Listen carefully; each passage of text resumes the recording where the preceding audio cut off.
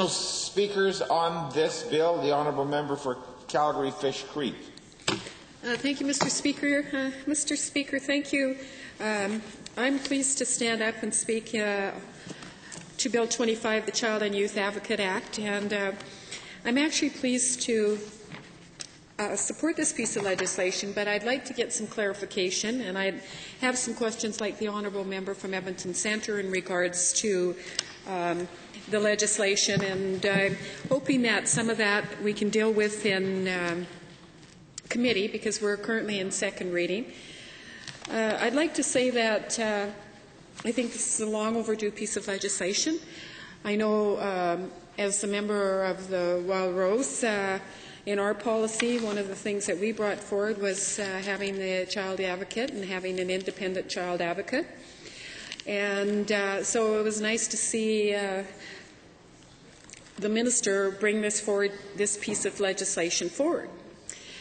I do particularly want to say that there's some things I like about the legislation. There's some things that I'm not sure about the legislation, and I think by saying that I'm not so sure, it's probably that there's more of some clarification needed. I will say, though, as the former Minister of Children's Services, it was a great deal of, it was an honour and a privilege and a pleasure for me to be able to work with the staff in the Ministry of Children's Services, and their dedication within that ministry and what they try to do with children on a daily basis is absolutely beyond the call of duty. It's not a nice portfolio, as I'm sure any of the former ministers can attest to.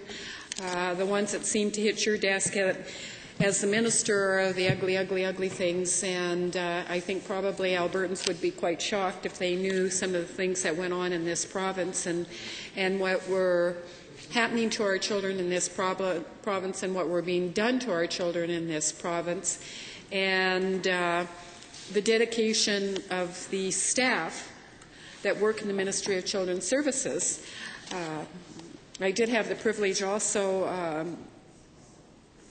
when I had the briefing with the minister while it was blind, actually, because it was over the phone and I didn't have a copy of the 3-column document in, I know that one of this staff that was actually involved in the conference call is a lawyer that I've had the privilege of working with before, and her dedication to the area of children's services goes way back, because interesting enough, she was assigned to me when the Protection of Children Involved in Prostitution Act was made Bill 1 in the legislature by the Premier.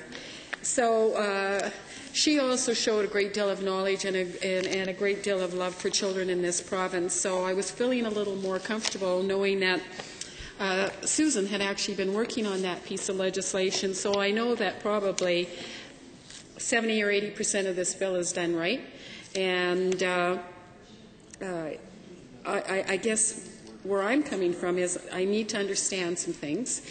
And I'm hoping that during the debate, and I know the minister's staff is probably listening to this, that they will probably be kind enough to provide some answers to some of the questions that I need to understand to make sure that the children in this province, under the auspices of the child advocate, will be well taken care of. And quite frankly, we will have an Advocate Act that's probably the best in this country. I haven't, unfortunately, had a lot of time to do research. The one thing about being a member of the opposition, and I've made this comment in the legislature before, is there's 4 of us. I have 5 critic positions plus 1. We have limited staff. We have limited researchers. So a lot of the time, my colleague and I from Calgary, Glenmore, and my other colleagues that are sitting in this legislature are spending an enormous amount of time doing our own research, and like all of the people in this assembly are working very, very hard to represent our constituents, but we're also trying to do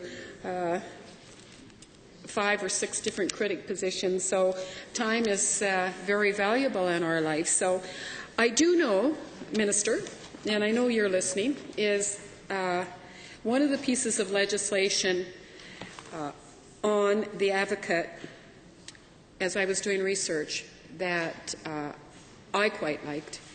And we have done some research on that is being touted as probably one of the best pieces of legislation across this country at this particular time, and is having the biggest impact in children in this province, is the legislation coming out of BC, British Columbia. We have diligently tried to go through their legislation and compare it to our legislation. And there are some things that stand out, particularly in the BC legislation, that I think our minister needs to look at and quite frankly, consider. And he needs to be able to maybe tell me, when I look at some of the stuff that's happening in the BC legislation that I like, that quite frankly, and I will apologize right now because I'm looking at a piece of 30-page bill, actually, and I haven't had time to go word by word through the legislation, and we will probably have that opportunity as we move through the process and more likely into committee. But I would like to ask the Minister, under Part 3 of the Representative's Functions and General Powers, which is the Advocate's responsibility, they have a part in there that talks about, they list the representative is responsible for performing the following functions in accordance with the Act. And we talk about support, assist, inform, and advise children and their families respecting designated services, which activities include, without limitation, providing information and advice to children and their families about how to effectively access designated services. Not a problem. I mean, I know the Advocate does that now.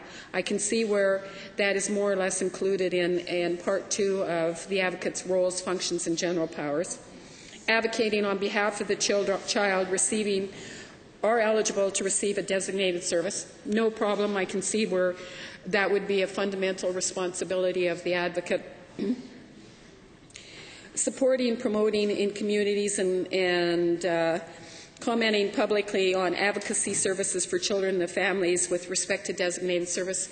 Motherhood and apple pie statement, and I'm sure it's incorporated in all the Advocate's responsibilities under the Bill 25. Now, Minister, here's something maybe you can explain to me, so I can explain to the constituents of Calgary Fish Creek and, quite frankly,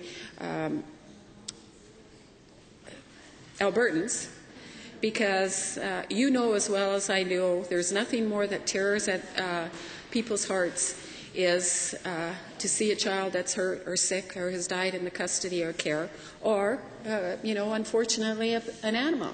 So I need to understand, under the BC legislation, Minister, they have a section, and it reads, monitor, review, audit, and conduct research on the provisions of a designated service by a public body or director for the purposes of making recommendations to improve the effectiveness and responsibleness of this service, and comment publicly on any function. So when we were looking at researching, that means that the Advocate has the ability to take it upon themselves to look at any issue, even though it hasn't been brought forward by the government. And that's one of the strengths of the BC legislation, and I would suspect one of the criticisms of the BC government, because the Advocate has that ultimate responsibility to initiate on their own and to conduct and research on anything that you're providing. Now, Minister, I have looked through here. I have not been able to find that in any of your sections, but I'm sure that you will clarify that for me. 92G. 92G. He says 92G. Great. Undertake or collaborate. Is that the one you mean, Minister? I know we're supposed to talk through the chair, so the minister is trying to talk to me, Speaker, so excuse me, but I see 9.2G as undertake or collaborate in research relating to improving designated services or addressing the need for children receiving those services. Is what you're suggesting is similar to what is incorporated in the BC legislation. I appreciate that, and I'm not going to respond till we get some more clarification from what you're saying and what the Act in BC is suggested to say. Minister, the other thing that I'd like to ask you is a couple other things. The BC Advocate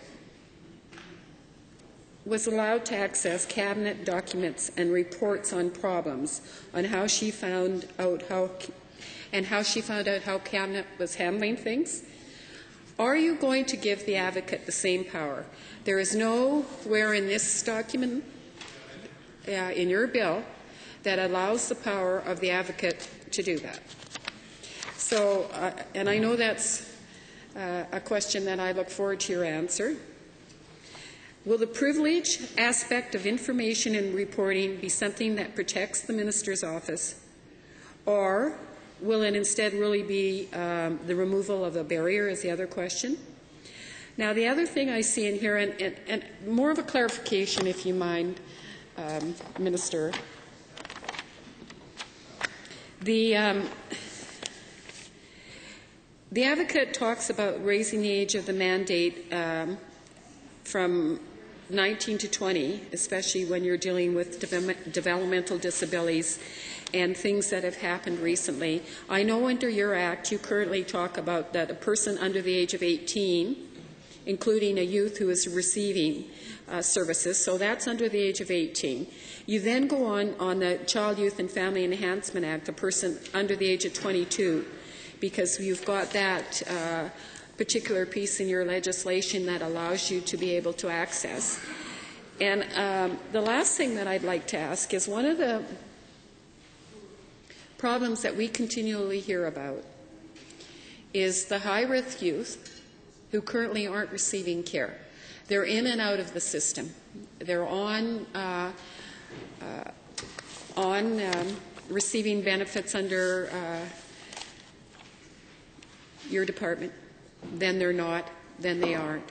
I think that's probably one of the areas that have to be caught, is if you have a high-risk student or a high-risk child, youth, I guess, that's been in and out of system, that's been on benefits and not having benefits. I don't see anywhere in there where you have these high-risk students. And I know that the government has talked about capturing these high-risk children. And if they're not receiving benefits, but they have been receiving under your care, can they still be captured under the advocate? That's about all I have to say right now, Speaker. I look forward to hearing the minister's comments. I also look forward to committee, and I'll be very interested in listening to the rest of the debate. Standing Order 29-2A.